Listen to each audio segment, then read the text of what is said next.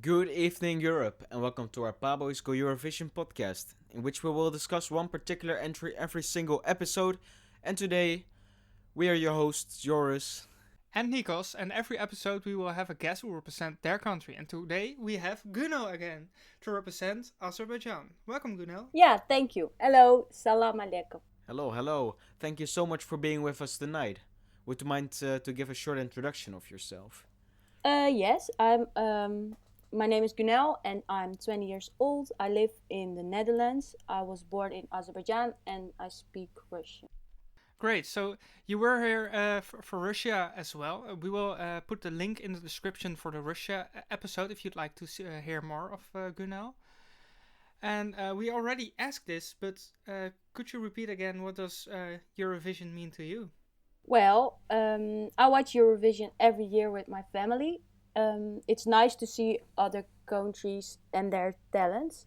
Especially, I like the countries Russia, Azerbaijan, and the Netherlands, of course, because these languages are connected to me. So it's nice to hear the songs from these languages, and it's nice to watch this Eurovision with my whole family. I totally agree. I really think it's a family moment and it brings people together. And today, we are listening to your country's song, Azerbaijan. It's a song by Efendi, Samira Efendi, and the song is called. Matahari. Have you listened to it already, Gunel? Yes, I did. And we'll save the reaction. Let's listen to a snippet of the song first. Playing the game of desire. So that was Matahari by Efendi.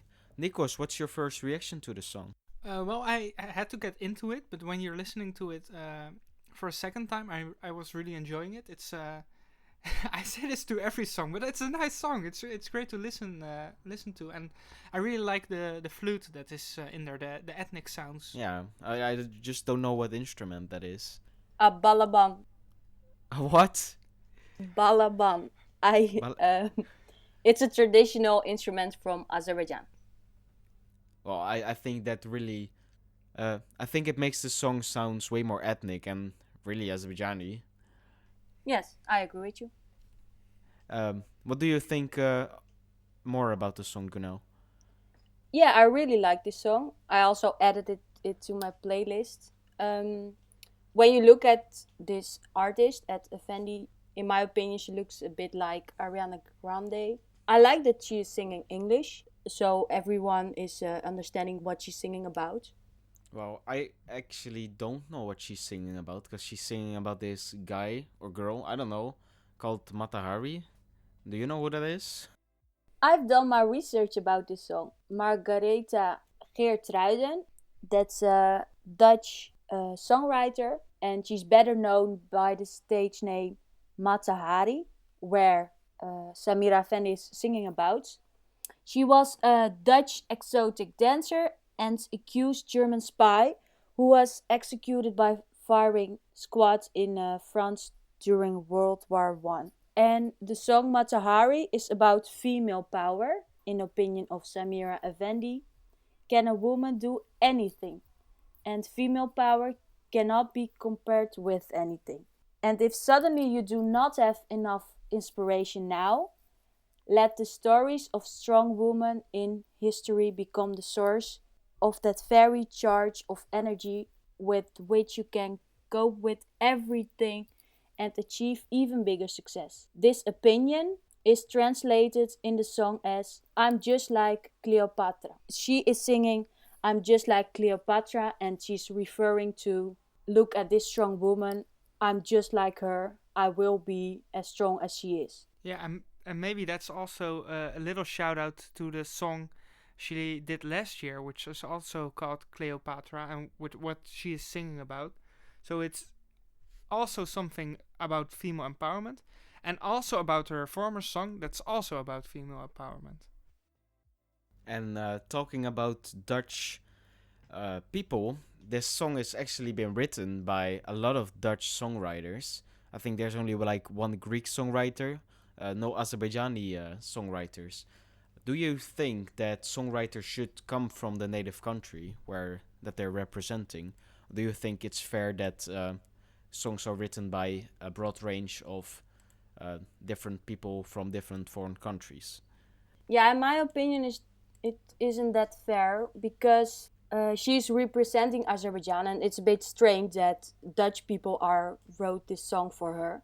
It would be more convenient if she wrote this song or her producers and not someone at another country. Don't you think it kind of brings all kind of countries together, like Eurovision is supposed to? Or do you think that should only be said about the contest and not about the songwriting process? It is a contest, so yeah, okay, I know what you mean. I understand what you mean, that it's good to bring these countries together to work together, but it is a contest. So in my opinion, yeah, it's not really fair that some countries are working together and others not, so it's not fair for the other countries. Yeah, I would rather see countries have only native producers, songwriters, singers, but I feel like some countries might get a little edge and have a unfair advantage because like Sweden has this big music market, and if Sweden is only allowed to make music for themselves, they would win even more than they already do. Nikos, what do you think of that? Yeah, it's a bit strange that you can outsource a Eurovision song, and it would be nice to see more. Uh, well, this has some ethnic vibes in it, but it would be nice to see more of that and just see what really represents a country like Azerbaijan, because this is just another pop song. It could have come from any other country, and it might miss some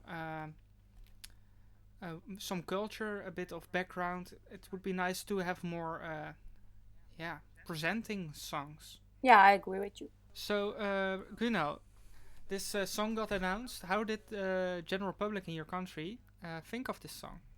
Well, I actually don't know what the general public in Azerbaijan is thinking about this, but I'm sure they really like this song, especially the instruments that are used, because these instruments are typical Azerbaijanis, and they all voted for her. So the second time, actually, the first time in 2020, she was also voted. So um, yeah, I think that the general public likes her.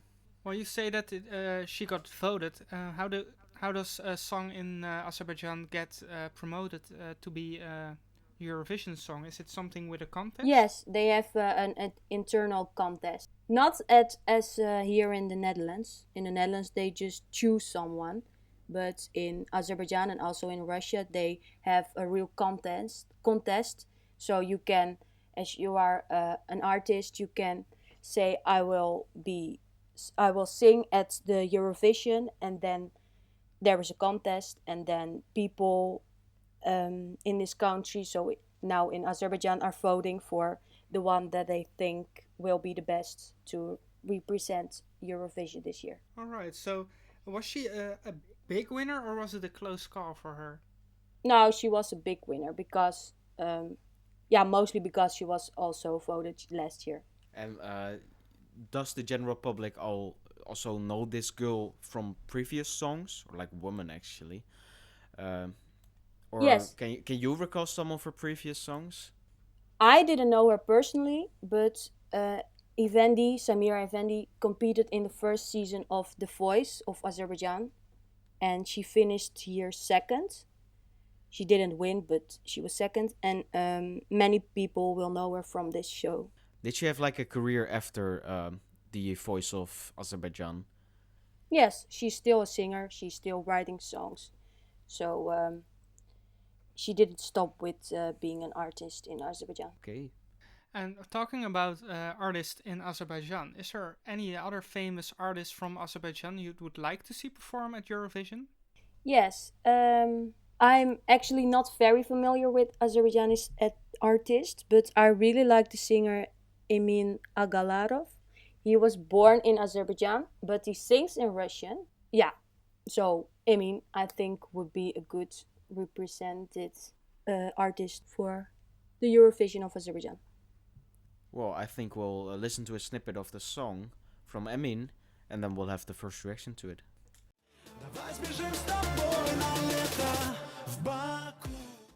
So that was EMIN with his song, Sbежим в Baku. and well, I find this song, it's not my cup of tea, I'll be honest, but I find the reggaeton vibe, like the boom kaboom, beat underneath it. I find that it's popular, and I'm seeing the date that this has been uploaded.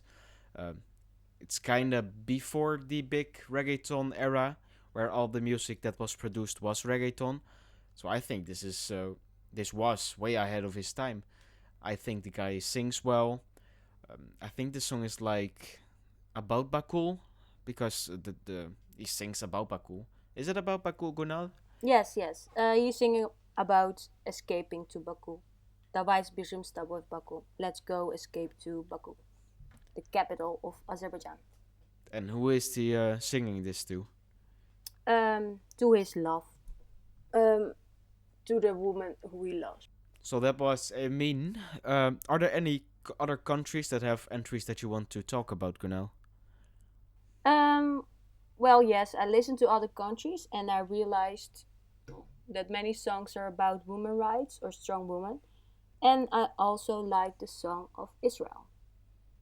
Well, I guess we'll have to listen to it and have the first reactions.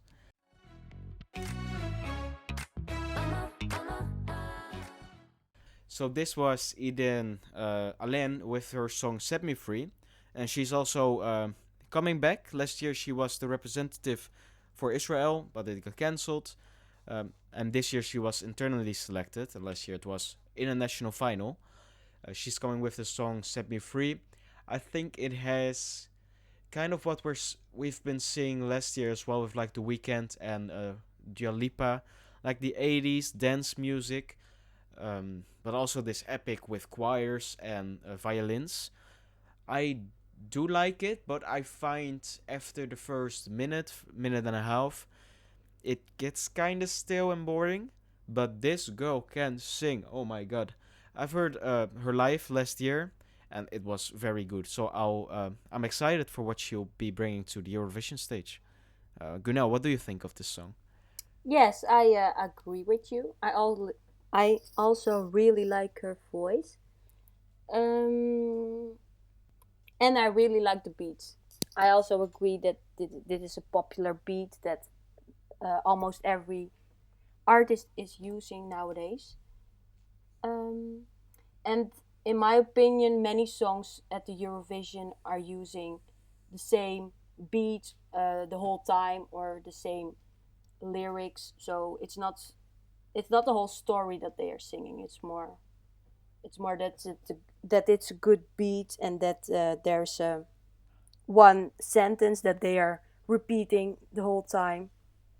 So Like the yeah. earworm. Yeah, definitely. Yeah. Nikos, what do you think of the song? Well, in the end, it's the most important thing for a Eurovision performer, that they can sing well live. And I should say she can do that. And because we have listened to a lot of songs, but I'm sure that there are a lot of songs in here that won't be performed as good as they are in the studio. And if she can perform as well as she did in the studio on this one, this might be a good one. Might be. Do you think it's a contender for the win? I don't think it will be in the top 5, but it will get close to there. Yeah, definitely. So, Grunel, it has been a really fun night. It's time to wrap it up. So, thank you so much for your time. Yes, thank you for having me. It was fun again. Yeah, it's been fun to have you for the second time. Again, in the description, we will have the episode of Russia, which Gunel also did. Is there anything you want to plug? I don't want to plug something for myself, but I will ask everyone to subscribe to this channel and follow them on Instagram at the That's so Paboys. sweet. Yes. Yes, awesome. I want to thank you all for listening to our podcast. If you want to hear more, please like, subscribe, and listen to the reviews of the other countries. We have a couple already, and there are more coming your way. Take care and goodbye.